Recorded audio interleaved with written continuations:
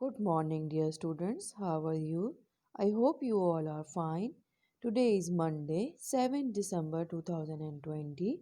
Our topic is decimals and percentages, chapter number 4. Today we will do exercise number 4C, page number 86, question number 11. In this question, you have to change these numbers into percentages. Okay, before starting that question, let us revise what is the value of sign of the percentages. This is the sign of percentage and its value is 1 over 100. So, it means to change a percentage number into percentage, it always have a denominator 100. For that, we will multiply the given number by 100 and divide also, because when we do anything in denominator we have to do it on numerator as well.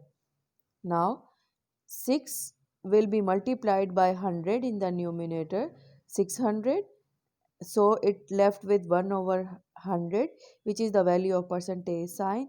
So 600% will be your answer. You will multiply the given number by the numerator and you will left the value of percentage sign, so that you can place a percentage sign in the answer. B part is 17%. Again we will multiply it by 100 and divided it by 100. So answer will be 1700 multiplied by 1 over 100.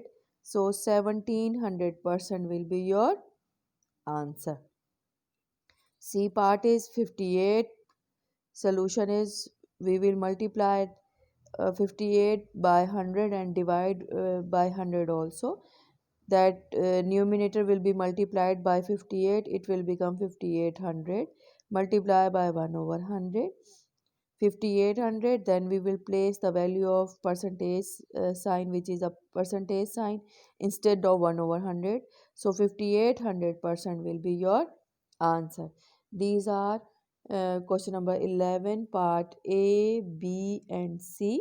You will do D, E and F part by yourself, following the same procedure. Do your work neatly, prepare your pages nicely, and you can ask if you have any problem.